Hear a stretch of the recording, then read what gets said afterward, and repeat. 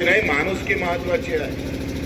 आणि ती माणुसकी राहिली कुठं, काय अवस्था आहे, तशा पद्धतीनं काम होतं बघितलं तुम्ही महानगरपालिकेत.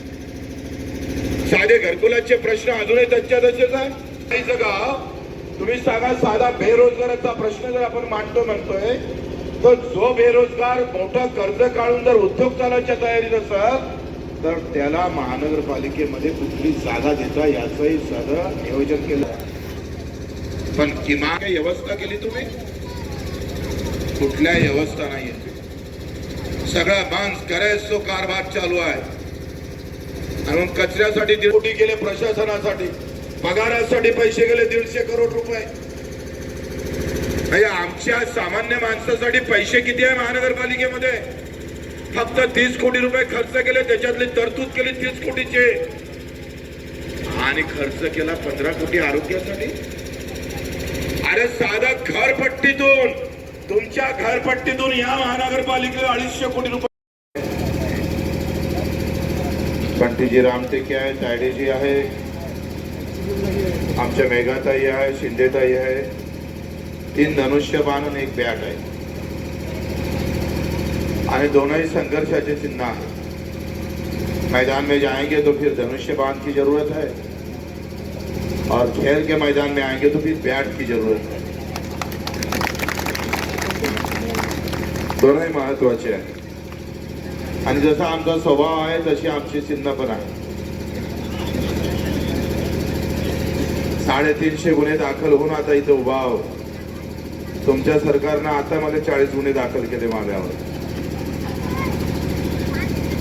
पडल्यानंतर माझ्यावर 40 ते 45 गुन्हे दाखल झाले. आखरी लढणं महत्वाचं असतं. तुम्ही कुठेही उभे राहा. लोकांचा विश्वास महत्वाचा आहे. नेत्यांचा विश्वास जिंका नका जिंकू, पण आम्ही पाहतोय जनतेचा विश्वासघात होता कामा नये, ही खऱ्या अर्थानं गरज आहे. आणि त्याच्यासाठी आपण लढतो. बंटी रामटेकेंच्या खरं तर पहिल्यांदा आम्ही एकटा लढायचं ठरलंय. बंटी सोबत कोणी बसायलाच तयार नव्हता. प्रहार सोबत बसणं म्हणजे एवढं सोबत थोडं आहे. तुम्ही तिकडे तुटले ना आमच्याशी जुळले, बरं झालं. पण त्याचं तिकडे तुटलं म्हणून तुम्हाला अधिक बरं झालं.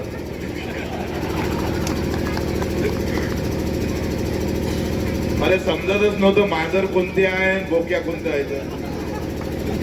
आता बीजेपी वाटतंय का बोक्यासारखी आहे म्हणून?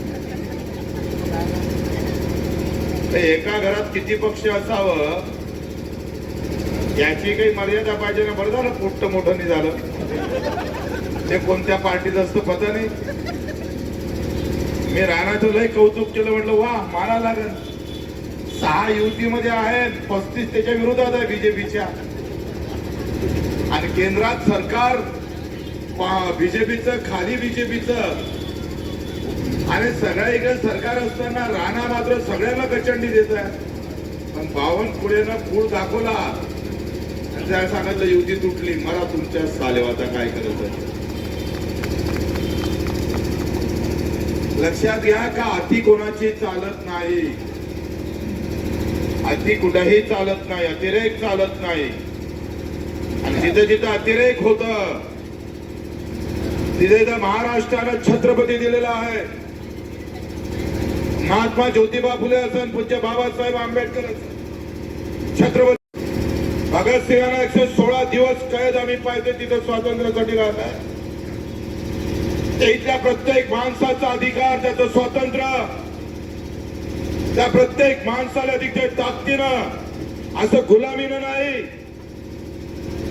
आम्ही सांगतोय अशा प्रकारचं भीक मागून नाही, तर सन्मानाने ते भेटलं पाहिजे. त्याच्यासाठी खऱ्या अर्थानं या निवडणुका तुमच्या हातापर्यंत आल्या, तुमच्या घरापर्यंत आणलेल्या आहेत. तुमचा मतदानाचा अधिकार तुम्हाला दिला, याचा अर्थ तुमचा सन्मान राहिला पाहिजे. तुम्ही भीक मागून नेत्यासमोर नाही, तर बाबासाहेबांना दिलेला मतदानाचा अधिकार म्हणजे सन्मानानं आम्ही पाहतोय जगता आलं पाहिजे याच्यासाठी दिलेला आहे. आणि मग तो सन्मान गेला कुठे लोकांचा? तो सन्मान जागृत करण्यासाठी आम्ही हे निवडणूक लढतोय. मित्र, या महानगरपालिकेचं बजेट 4 ते 400 800 कोटी जेथपर्यंत आम्ही पाहतोय 887 कोटीचं जेव्हा बजेट मांडतं तेव्हा फक्त महानगरपालिकेचं उत्पन्न 400 कोटी आहे. 90 कोटी रुपयाचं कर्ज या महानगरपालिकेवर अजूनही तुमच्या छाताडावर तयार आहे. केलं काय तुम्ही? कचऱ्यासाठी आम्ही 150 कोटी खर्च केला. साला कोण ठेका घेतला बघा बरं, तो कोण पैसे खाल्ले बघा. सत्तेचा माज जर एवढा येत असेल आणि काही लोक सत्तेचा दुरुपयोग करत असाल तर उस पर प्रहार होना जरुरी है, प्रहार होना जरुरी है. आज सामान्य माणसाचं शिक्षण गायब झालं. महानगरपालिकेच्या शाळा पाहिल्या तर त्या लायकीच्या राहिल्या नाही. हे काय हॉस्पिटल महानगरपालिकेचं चांगलं नाही. अरे हॉस्पिटल सोडा, खाली तपासण्या तरी होते का तर बघा.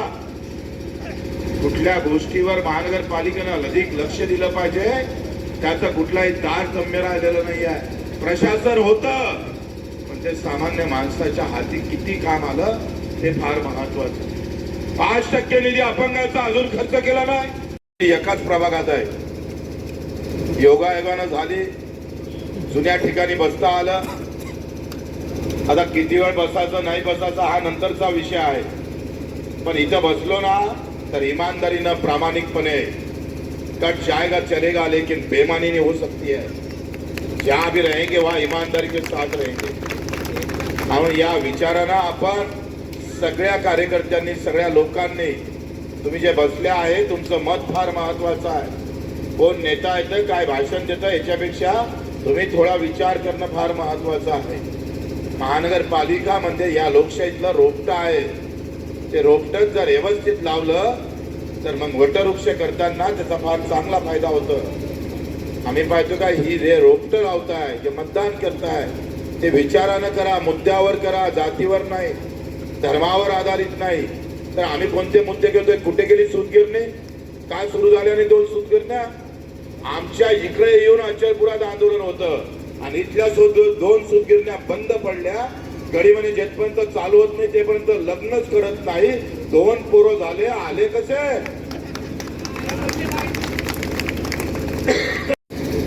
म्हणजे आपलं ठेवायचं झाकून आणि दुसऱ्याचं पाहायचं वाकून.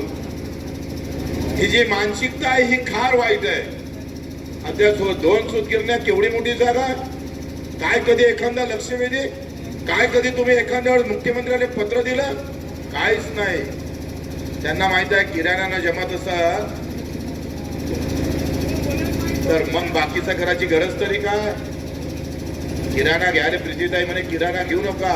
मी म्हणतो एवढा घ्या का, इतका घ्या का, इथून दुसऱ्याने तुम्ही वाटा, एवढा घ्या. पण पैसे काही किराणा काही इमानदारीतून आलेला आहे का? बेमानीच्या पैशातून आलेला किराणा, त्याच्यासोबत बेमानी करायला काही हरकत नाही.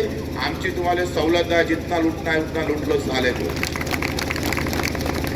जितना लुटना है उतना लुट लो, कोई फिकर मत करना. आणि कोणी जर रंगबाजी करत असाल, रंगबाजीच्या माध्यमातून दाबण्याचा प्रयत्न करत असाल तर आम्ही काय गंमतचे रंगबाज आहोत?